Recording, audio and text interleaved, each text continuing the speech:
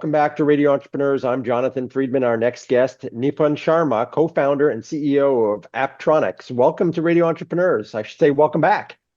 Thanks, Jonathan. It's always great to be back and chatting with you.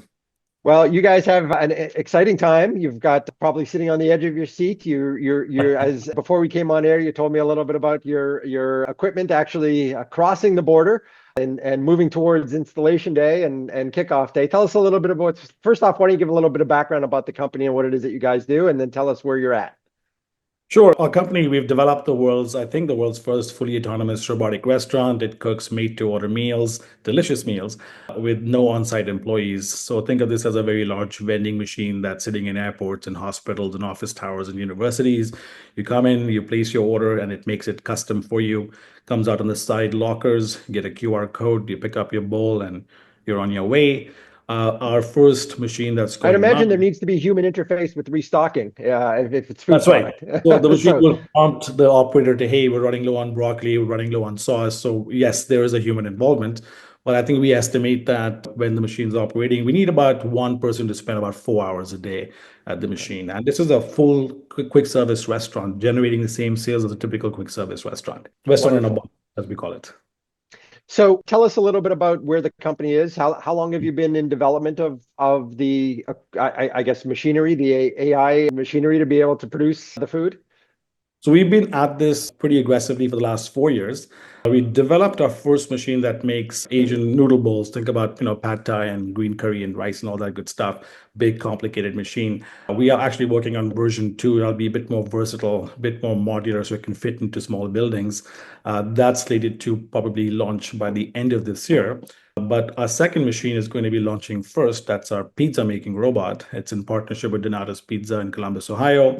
And it is being installed starting today in Terminal B of the Columbus, Ohio airport. As we speak, our company, by the way, is based in Canada. Our machine got all the buy-offs, all the approvals, all the certifications in place a few weeks ago. Machine got dismantled. It's loaded inside a truck, and the truck is driving to the Detroit border as we speak. And hopefully there's no big issues crossing this machine into the US. And our expected official launch date, I think, is June 9th, where we'll be live and we'll be the world's first fully autonomous restaurant functioning in the US.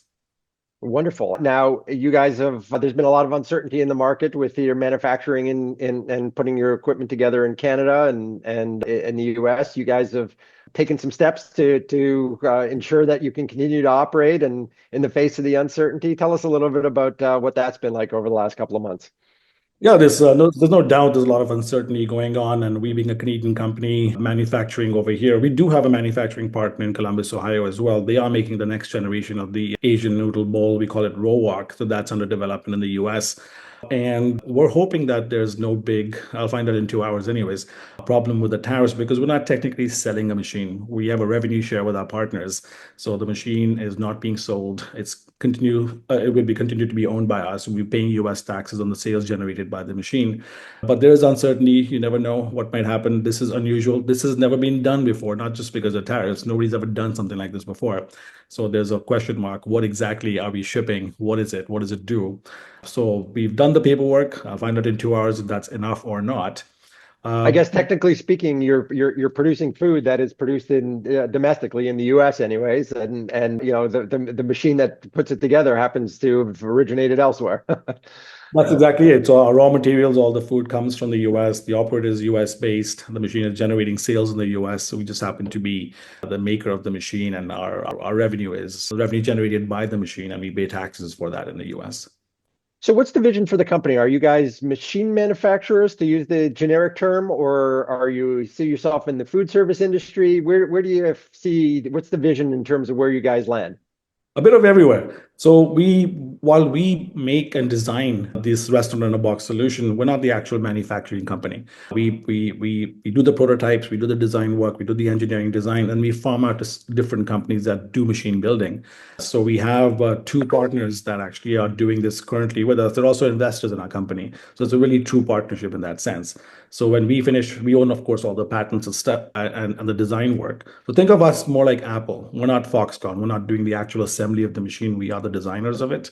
And we have the relationship with all the operators to sell the food from this machine. Now, your initial foray and your partnerships are in an airport. Do you envision it being the type of footprint that works well in small footprints, malls, airports, things of that nature, food on the fly, people that are moving quickly? Or do you envision eventually having a more robust, for perhaps fast casual or sit down restaurants or things of that nature? So our initial focus, and we're a tech startup, our business plan can change depending on how the winds blow. But our initial plan that seems to be, it took many years to shape, and that makes sense to us now, is we're basically the hardware and the software provider over here. That's our core expertise, and we don't want to branch out of that. So when you partner with somebody like a Compass Group or an HMS host, they already have a footprint in all these establishments and universities and hospitals and office towers and airports. They already have feet on the ground. They already have the supply chain worked out. They already are franchisees of some of the biggest brands out there. So when we get into an airport and an HMS host happens to be a franchisee of Donato's, they do what they already do. They already have a restaurant in Terminal A and Terminal C. Now they have one in Terminal B that doesn't require much staffing. So that supply chain sits. They follow the rules set by the franchisor. And with them, we don't need to go negotiate one real estate at a time. I don't need to find a broccoli supplier in Texas. All that infrastructure is already in place. We're not reinventing the supply chain, so that sits on top. But our goal is definitely one to partner with the number one brands in every category. We think Donatos is the best pizza chain in the US. It used to be owned by McDonald's at one point, and the food is fantastic. And end of the day, I say we're in the business of selling food, not machines. We're actually not even selling our machines. We're selling food. Now, and not to give away any secret sauce, so to speak, but have they had to pivot or change any of their cooking protocols or preparing protocols to adapt to your machinery? Has that been a challenge or? No, the challenge for us was to take the existing raw material supply chain and make sure the machine can respond to it. So we don't have to reinvent the way for example, medium pepperoni pizza at Donato's has 54 slices of pepperoni distributed in a certain way. So the machine needs to conform to that. And using AI allows us to make sure we meet those standards set by the brand. So our machine adapts to the needs of the brand, not the other way around.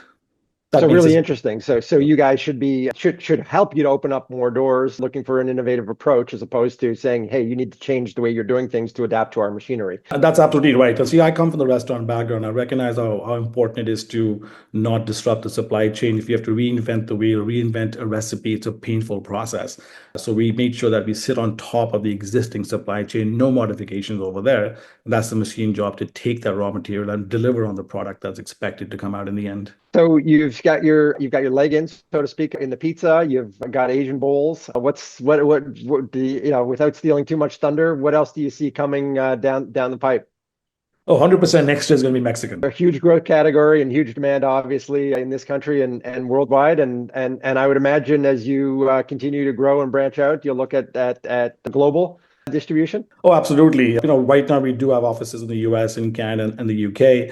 I think the market in Europe and the Middle East and Asia is massive. And now we have to decide.